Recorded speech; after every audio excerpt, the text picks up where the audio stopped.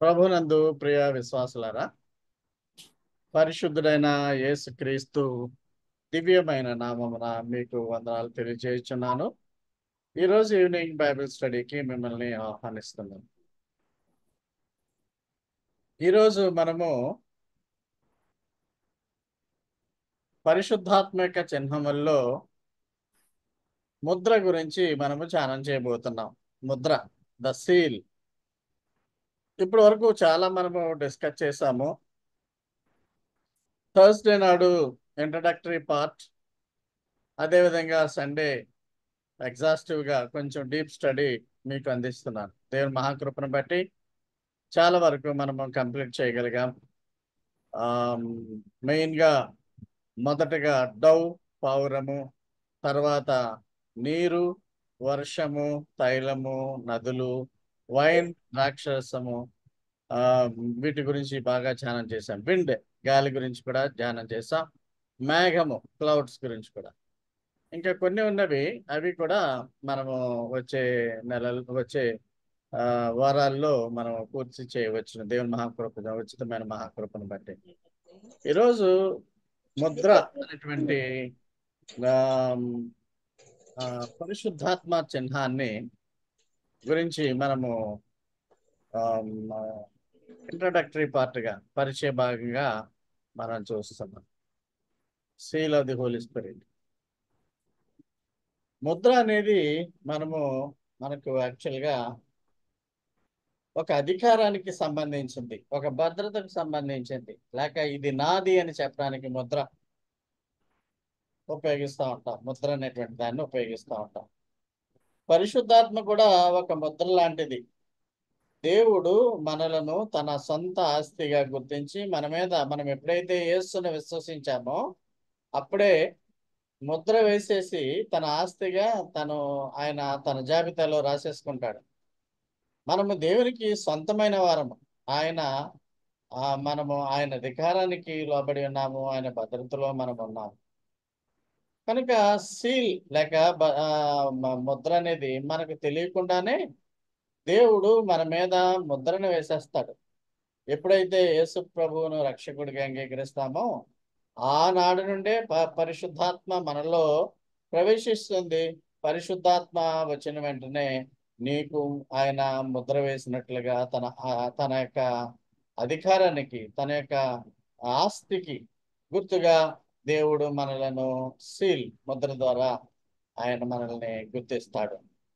అదేవిధంగా ఒక లావాదేవీ, ఏదైనా ఒక వ్యాపారంలో లావాదేవీ ఉన్నప్పుడు ఆ లావాదేవీ పూర్తయింది అనడానికి వీలుగా కొన్ని డాక్యుమెంట్స్ని సీల్ చేస్తూ ఉంటారు. ప్రభుత్వం వారు సీల్ చేస్తూ ఉంటారు. మీరు రిజిస్ట్రేషన్ ఆఫీసులో ఏదైనా మీరు ఒక ఆస్తిని కొంటే, ఒక అపార్ట్మెంట్ కొంటే, అక్కడ రిజిస్ట్రార్ ఆఫీస్ ద్వారా రాజముద్ర వేసి మీకు డాక్యుమెంట్స్ని ఇస్తారు. ముద్ర అంత అధికారానికి కలిగి ఉంటుంది. అలాగే ముద్ర అనేది కూడా అభిషేకానికి చాలా దగ్గరగా ఉండేటువంటి చిహ్నం. అభిషేకం అన్నా కూడా ముద్ర వలె మనము దాని యొక్క అర్థాన్ని ఉంచవచ్చు. ఇక్కడ మనము గమనించవలసిన విషయం ఏంటంటే, ఈ సీల్ మన మీద వేయడమే కాదు, యేసుక్రీస్తు మీద కూడా ఆయన తండ్రిగా ఒక ముద్రను వేశాడు. తండ్రి అయిన దేవుడు యేసుకు ముద్ర వేశాడని గమనించండి. యోహాను సువార్త 6వ అధ్యాయం 27వ వచనంలో ఏమంటాడంటే, యేసుక్రీస్తు మనకు నిత్య జీవాన్ని ఇస్తాడు. ఆ నిత్య జీవాన్ని ఇచ్చేందుకే తండ్రి అయిన దేవుడు ఆయనకు ముద్ర వేసి ఉన్నాడని యేసు ప్రభు మీద కూడా ముద్ర వేసినట్లుగా మనం చూస్తున్నాం. అంటే యేసుక్రీస్తును ఒక ప్రత్యేకమైనటువంటి పనికి ఆయన భూలోకానికి పంపించాడు ముద్ర వేసి. ఆ ముద్ర ఏంటంటే, ఆయనను ఎవరైతే నమ్ముతారో, యేసును ఎవరైతే నమ్ముతారో వారందరూ కూడా దేవుని ఆస్తిగా ఒకటకు, దేవుని పిల్లలుగా ఒకటకు అధికారాన్ని యేసు ప్రభుకి ఇస్తూ, యేసునందు విశ్వాసం ఇస్తే నిత్య జీవం వస్తుందనే విధముగా దేవుడు యేసుక్రీస్తు మీద కూడా ముద్ర వేసి ఉన్నాడని ఇక్కడ తెలియజేస్తుంది. ఇక్కడ ప్రభు చేస్తున్నటువంటి మహాకార్యం మనకు తెలుసు. ఆయన మనకి నిత్య జీవము ఇవ్వడము, ఆ శిలువ మీద ఆయన ప్రాణత్యాగం చేయడము, రక్తము కార్చడము, ఆయనను మనం నమ్మడము, నమ్మిన వెంటనే పరిశుద్ధాత్ముడు మన హృదయంలోకి రావడము, ఆ హృదయంలోనికి రాగానే మన మీద ముద్ర పడడము, ఇవన్నీ కూడా మనకు తెలియకుండానే జరిగిపోతాయి. పరిశుద్ధాత్మ ఫలాల్ని మనం ఫలిస్తున్న వారముగా ఆ ముద్ర మనలో పనిచేస్తుందని మనం చెప్పుకోవడానికి అవకాశం ఉంటుంది. అలాగే కొత్త నిబంధనలో విశ్వాసుల మీద ముద్ర వేయడం అంటే మీ విమోచనకు గుర్తుగా ఆయన ముద్ర వేశాడు అన్నటువంటి విషయాన్ని ధ్యానించడానికి 3 సందర్భాలు ఉన్నాయి. మొదటి సందర్భం ఏంటంటే కొరింథీయులకు రాసిన 2వ పత్రిక 1వ అధ్యాయం 22వ వచనంలో, మన హృదయములలో మనకు ఆత్మన సంచకరువును అనుగ్రహించినాడు. సంచకరువు అంటే గ్యారంటీర్ అని, గ్యారంటీర్. ఆయన మనకు గ్యారంటీ కొన్ని కొన్ని చూడండి, ఇప్పుడు ఎలక్షన్స్ అవుతుంటే వాళ్ళు ప్రభుత్వంలో రావడానికి రకరకాలైనటువంటి రాయితీలు, రకరకాలైనటువంటి బహుమతులు వాళ్ళు అనౌన్స్ చేస్తూ ఉంటారు. అవి అమలు చేస్తారా లేదా అన్నది చెప్పలేం, మానవులు కదా. కొన్నిసార్లు వారు అనుకునేవి జరగకపోవచ్చు, జరగడానికి పరిస్థితులు అనుకూలింపకపోవచ్చు. అయితే యేసు ద్వారా ఎవరైతే రక్షింపబడతారో వారందరికీ కూడా పరలోక రాజ్యం ఇస్తానని, అదే విధంగా ఒక మంచి సాక్ష్యం కలిగినటువంటి జీవితాన్ని ఈ లోకంలో జీవించినప్పుడు వారికి పరలోకపు అవార్డ్స్, రివార్డ్స్, బహుమతులు ఇస్తానని ప్రభు మనకి కొన్ని కొన్ని కొన్ని రకాలైనటువంటి ఆ యొక్క బహుమానాలు ఇస్తానని వాగ్దానం చేస్తాడు. మనకి పరలోక రాజ్యం ఇవ్వడం, 1000 ఏండ్ల పాలనలో మనము జీవించడం, రాజులుగాను, రాణులుగాను, యాజకులుగాను ఉండడము, అదే విధంగా నూతన యెరూషలేములో మనం నిత్యము దేవునితో సంతోషించడం, ఇలాంటి ఆశ్చర్యకరమైనటువంటి, మన కన్నులకు అవేమీ కనిపించవు కానీ, కనిపించినప్పటికీ వాటి మీద మనము ఎంతో ఆశతో ఎదురు చూసేటువంటి హృదయాన్ని పరిశుద్ధాత్ముడు మనకి ఎప్పుడూ కలుగు చేస్తూ ఉంటాడు. కాబట్టి ఇక్కడ మొదటి ఇన్స్టెన్స్ లో ఆయన మనకి ముద్ర వేయడానికి కారణం ఏంటంటే, దేవుడు మన పట్ల చేసినటువంటి వాగ్దానాలన్నిటికీ పరిశుద్ధాత్ముడు ముద్ర రూపంలో గ్యారంటీని వేస్తున్నాడు. గ్యారంటీ గ్యారంటీ ఇంగ్లీష్ లో మనము చూస్తున్నట్లయితే he is guaranteeing what is to come. అంటే మనకు రాబోయేటువంటి ఆ యొక్క వాగ్దానాలు, దేవుని నుంచి ఏవైతే వాగ్దానాలు మనము పొందబోతున్నామో తర్వాత పరలోక రాజ్యంలో, అవి గ్యారంటీగా మీకు వస్తాయి అని ఆత్మ అనేటువంటి ముద్రను దేవుడు మన మీద వేస్తున్నాడు. ఇది మొదటి ఇన్స్టెన్స్ గా మనము చూడవచ్చు. తర్వాత అంటే ఈ గ్యారంటీస్ ఎవ్రీథింగ్, ముద్ర అంటే గ్యారంటీస్ ఎవ్రీథింగ్. వాగ్దానం చేసిన ప్రతిదీ మనకి మనుషులు ఇవ్వలేరేమో కానీ మన దేవాది దేవుడు మనకు అనుగ్రహిస్తాడనేటువంటి గొప్ప ఆశను ఈ ముద్ర కలుగజేస్తుంది. గ్యారంటీ అంటే సంచకరం అని తెలుగులో ఉంది. దేవుడు మనల్ని తన యాజమాన్యములో ఉండే విధముగా ముద్ర వేసి గుర్తించుకుంటున్నాడు. ఇక సెకండ్ అండ్ థర్డ్ ఇన్స్టెన్సెస్ చూద్దాం, సందర్భాలు. రెండవ సందర్భంలో ముద్ర అనేటువంటిది కొత్త నిబంధనలో మనం చూసినట్లయితే, ఎఫెసీయులకు రాసిన మొదటి పత్రిక 13వ అధ్యాయంలో మనము రక్షణ వార్తను విన్నాము, యేసుక్రీస్తును విశ్వసించాము కాబట్టి మనకు వాగ్దానం చేయబడింది ఆత్మ ఇస్తానని. యేసుప్రభు మీద కూడా పరిశుద్ధాత్మ వచ్చి ఉన్నాడు. బాప్తిసము పొందిన వెంటనే యోర్దాను నదిలో పౌరమల్లి ఆత్మ ఆయన మీదకి వచ్చినప్పుడు మనము కూడా శ్వాసము యేసుప్రభునందు ఎప్పుడైతే బాప్తిసం పొందిన వెంటనే మన మీదకి పౌరమలే రావడం అనేది మనం చెప్పుకోము కానీ, ఎప్పుడైతే యేసుప్రభువుని విశ్వసించామో ఆనాడే పరిశుద్ధాత్ముడు మనకు మన మీద ఆయన పరిశుద్ధాత్ముడు కుమ్మరింపబడతాడు. విశ్వాసం అంటే ఆత్మ చేత వాగ్దానం చేయబడినటువంటి ఆత్మ అందరి మీదకి వచ్చి ముద్రింపబడుతుంది. ఎఫ్సి 1:13.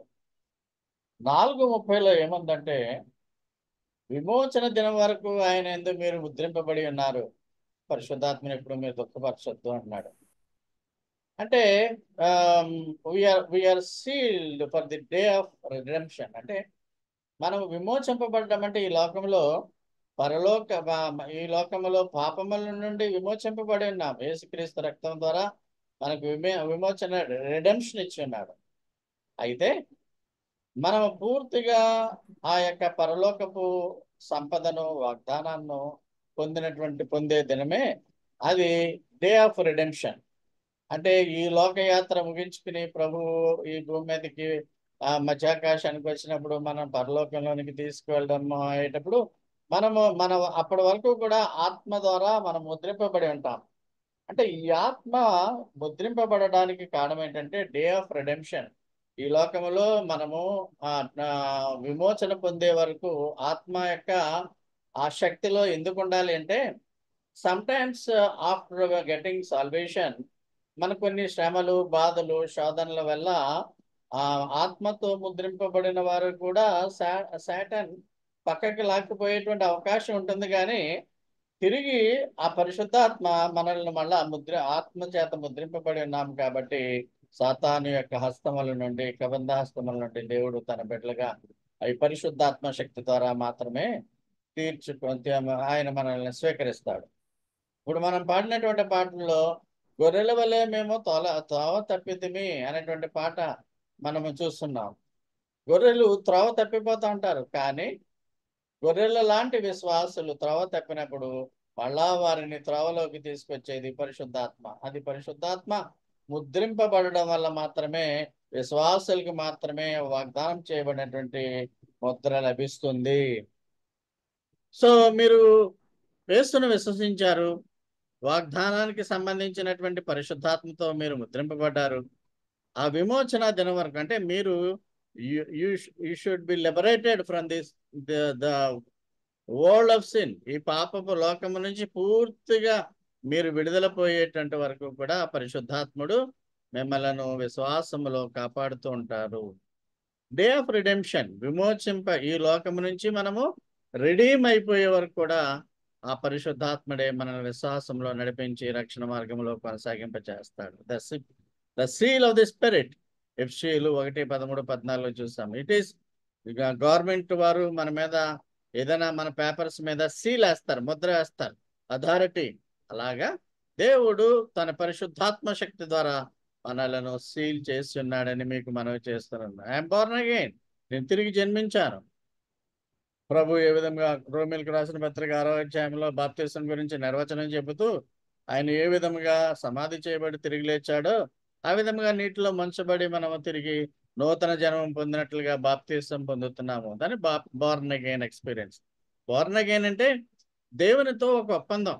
మేము ఇక మీదట యేసు సాక్షులుగా ఈ లోకంలో జీవిస్తాం. మంచైనా, చెడ్డైనా, బాధ అయినా, ఇబ్బంది అయినా, ఏది వచ్చినా, శ్రమైనా, శోధనైనా, సంతోషమైనా ఎన్నడూ కూడా మేము యేసును విడనాడము అనేటువంటి గొప్ప నిశ్చయత తీసుకునేటువంటి రోజే బోర్న్ అగైన్. అది బాప్తిసం పొందిన తర్వాత యూజువల్ గా బాప్తిసం పొందిన వారిని, ముంచుట ద్వారా బాప్తిసం పొందిన వారిని బోర్న్ అగైన్ పీపుల్ అంటారు. Born again people will be sealed by the Holy Spirit. అదే రోజు మీరు బాప్తిసము యేసు ద్వారా రక్షింపబడ్డారు కాబట్టి మీకు యేసు ద్వారా రక్షింపబడినప్పుడే పరిశుద్ధాత్మ మిమ్మలను సీల్ చేసేస్తుంది, ముద్ర చేస్తుంది. తర్వాత బాప్తిసం అందరికీ సాక్ష్యంగా ఉండేటట్టుగా మనం బాప్తిసం పొందుతాము. Born again people should be baptised by immersion. పాత నిబంధనలో కూడా ఈ యొక్క సీల్ అనేటువంటి మాట, ముద్ర అనేటువంటి మాట ఉన్నది.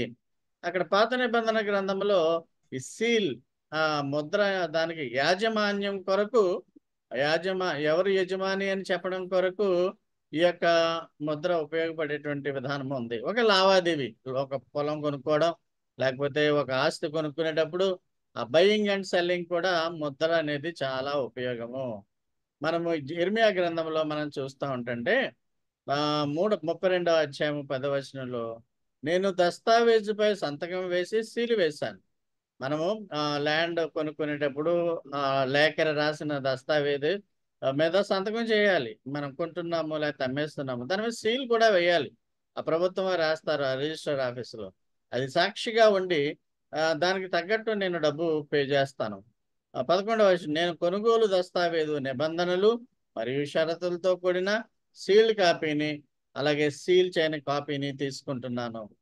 ఇది గూగుల్ ట్రాన్స్లేషన్, ఎన్కేజేవికి గూగుల్ ట్రాన్స్లేషన్. ఇది తెలుగులో కొంచెం అర్థం కాలేదు నాకు కూడా, అందుకనే మళ్ళీ గూగుల్ ట్రాన్స్లేషన్ చూసుకున్నాను. త్రయపత్రమును అనగా ముద్రగల విడుదల కైకోలు. కైకోలు అంటే డాక్యుమెంట్ అనమాట. డాక్యుమెంట్ ఒడంబడికను ముద్ర లేని ఒక డాక్యుమెంట్ తీసుకున్నాను, ముద్ర ఉన్నటువంటి డాక్యుమెంట్ తీసుకున్నాను. కైకోలు అనేటువంటి మాట నాకు అర్థం కాలేదు కాబట్టి దాన్ని చూస్తే దాని దస్తావేజ్ అని వచ్చింది అనమాట. అంటే ఇది జనరల్గా ఆ ఆస్తి మీద హక్కు రావడానికి ముద్ర వేస్తారని ఇర్మియా ప్రవక్త చెప్పి ఉన్నాడు. అలాగే ఓనర్షిప్, సేఫ్టీ, సెక్యూరిటీ. అంటే మనకు ఓనర్షిప్, మన ఈ ఆస్తి మనది. దేవుడు మనల్ని విశ్వాసులను తన ఆస్తిని ఎలాగంటున్నాడంటే యేసు ద్వారా మనం రక్షణ పొంది ఉన్నాము కాబట్టి ఆయన మన మీద పరిశుద్ధాత్మ అనేటువంటి ముద్రను వేశాడు కాబట్టి we are the under the property of God. అంటే మనం we are the property of God, మనం దేవుని ఆస్తి. అందుకని అంటాడు మీరు విలువ పెట్టి కొనబడిన వారము, మీరు మీ మీ యొక్క ఆస్తి కాదు, మీరు సొంతంగా ఇష్టం వచ్చినట్టు ఉండడానికి వీలు లేదు. క్రిస్టియన్స్ ఎవడు ఇష్టం వచ్చినట్టు వాడు ఉండడానికి వీలు లేదు. మనకు కొన్ని నిబంధనలు ఉన్నాయి, కొన్ని రకాలైన రెస్ట్రిక్షన్స్ ఉన్నాయి. వాటి తగ్గట్టే మనం నడవాలి, కానీ నా మనసు ఎలా చెబితే ఎలా పోతానో అనడానికి వీలు లేదు. Because we are under the control of Holy Spirit. Because we are under the control of Lord God. Safety, మన భద్రత. మనల్ని కాపాడువాడు కొనుకుడు నిద్రపోడు. మనం అంతా క్షేమంగా ఉండాలనే ఈ పరిశుద్ధాత్మ ఎప్పుడు కూడా మనలో మనం తప్పు చేస్తున్నా పరిశుద్ధాత్మ ఏం చేస్తాడంటే మనల్ని సరిదిద్దుతూ ఉంటాడు. ఒక క్షేమకరమైనటువంటి సెక్యూరిటీ, భద్రతగా ఉండి ఉంటాడు. దీన్ని తెలుసుకోవడానికి తిమోతికి రాసిన 2వ పత్రిక 2వ అధ్యాయము 19వ వచనంలో మనం చూస్తే ప్రభువు తన వారిని ఎరుగును. మన చర్చ్ మెంబర్స్ అందరినీ మనం గుర్తుపడతాం కదా, అందుకనే praise the Lord, good evening, good morning, hello brother how are you, hello sister how are you అంటాం. We can recognise our church people. Similarly we can recognise our relatives, our people. Recognition అనేది మానవునికి చాలా important. దేవుడు తన వారిని recognise చేస్తాడు. ముద్ర వేసేసిన వారిని ఎప్పుడు ఆయన మరవడు. మన మీద పరిశుద్ధాత్మ అనే ముద్ర ఉంది. ఈ జూమ్ ద్వారా వింటున్నటువంటి వారు, చర్చ్ లో ఉన్నటువంటి మన సంఘ సభ్యులందరి మీద కూడా పరిశుద్ధాత్ముడు ఏనాడో ముద్ర వేశాడు. ప్రభు తన వారిని ఎరుగును. ప్రభు నామాన్ని ఒప్పుకునే ప్రతి వారు కూడా మరి దుష్టత్వం నుండి, చెడు మార్గం నుండి వదిలిపెట్టాలనే ముద్ర వేస్తున్నాడు అనమాట ఆయన. 19వ వచనము తిమోతికి రాసిన 2వ పత్రిక, తిమోతి 2వ పత్రిక 2:19లో మనం చూస్తే ప్రభువు తన వారిని ఎరుగును, ప్రభు నామమును ఒప్పుకుని ప్రతివాడు కూడా దుర్నీతి నుండి తొలగిపోవాలనేది దానికి ముద్రగా ఉన్నది.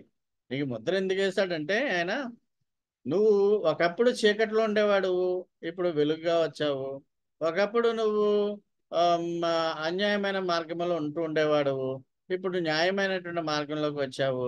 కాబట్టి నువ్వు ఇక మీదట ఎన్నడూ కూడా దుష్ట మార్గంలో ఉండకూడదు, దుర్నీతిలో ఉండకూడదనే దేవుడు నీ మీద ముద్ర వేశాడు. ఆ పరిశుద్ధాత్మైనటువంటి ముద్ర మనల్ని దుష్ట మార్గమునకు పోకుండా ఉండే విధంగా కాపాడు. ఒక్కోసారి ఆ దుష్ట మార్గంలోకి వెళ్ళిపోయే అవకాశాలు ఉంటాయి, రకరకాల పరిస్థితులు బట్టి, వాతావరణం బట్టి, స్నేహితులు బట్టి, లేకుంటే ఆ పరిసరాల్లో ఉండేటువంటి పద్ధతులు బట్టి. అయితే పరిశుద్ధాత్ముడు మళ్ళీ వెనక్కి లాగేసుకుంటాడు. బికాజ్ ముద్ర వేసి తన ఆస్తిగా చేసుకున్నాడు కాబట్టి ఆయన మనల్ని ఎన్నడను వదలడని మీకు నిశ్చయముగా చెబుతున్నాను. అయితే మీరు దుర్నీతి నుండి తొలగిపోవాలి. యోహాను 10:27-28లో కూడా అదే మాట అంటాడు. నా గొర్రెలు నా స్వరం వింటాయి. దేవుని మాటలు మీరు వింటున్నారు కదా, ఆయన గొర్రెలు మీరు, యేసు గొర్రెలు మీరు, నేను వారిని ఎరుగుదును, అవి నన్ను వెంబడిస్తాయని చెబుతున్నాడు.